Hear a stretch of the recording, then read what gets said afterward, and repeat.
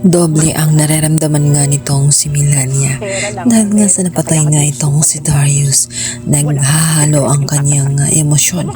Sakit ang kanyang nararamdaman sapagkat mahal na mahal niya itong si Darius. Subalit nga dahil wala na siyang option kundi kitlin na nga lang ang buhay nito matapos nga niya makita na tuluyan siyang nilalaglag nito at mas pinipili pa nga niya itong si Russell.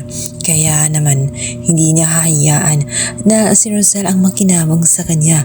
Mabuti na lang umano na tuluyan na siyang mawala. Subalit hindi rin maiwasang magdamdam nga nitong si Melania kung paano nga humantong ang mga bagay na iyon kung saan siya mismo ang papatay sa kanyang Talaga namang nilakasan pa at kinapalan pa ni Melania ang kanyang pagmumuka na tela ba wala siyang alam sa nangyayari dahil nakuha pa niyang pumunta sa naturang burol nga nitong si Darius. Alam naman niya talaga na hindi siya welcome sa burol na iyon, lalong-lalo na at hindi naman siya ang totoong asawa at naroon nakatayo sa tabi ni Darius ay si Russell.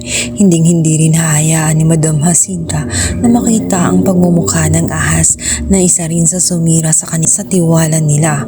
Itinuring ni Russell na kapatid ay kaibigan itong si Melania, ngunit hindi niya sugat akalain na habang tumatagal ang panahon, ito pala ang nakatagong ahas sa loob ng kanyang pamamahay. Magulantang at manlaki ang mga mata nga ni Madam Jacinta sapagkat talagang humakbang papalapit sa kabaong itong si Melania.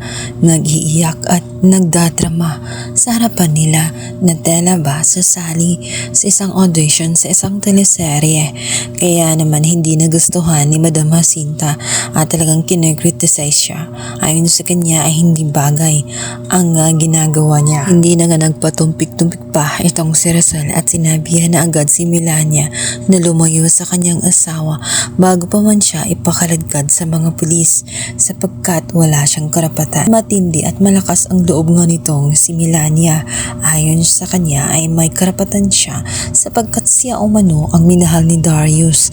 Siya ginawa lang at ginamit lamang ni Darius dahil sa interes nito sa kayamanan ng kanyang kapatid na si Madam Jacinta. Kaya naman sa galit ni Russell, binalaan na siya at inorasan na siya na kailangan na niyang lumayo kung hindi ay matutupad ang kanyang hiling na magsasama sila habang buhay at isasama nga ni Russell itong si Melania sa loob ng kabaong. Tutal mahilig naman umano siyang pumulupot sa kanyang asawang si Darius.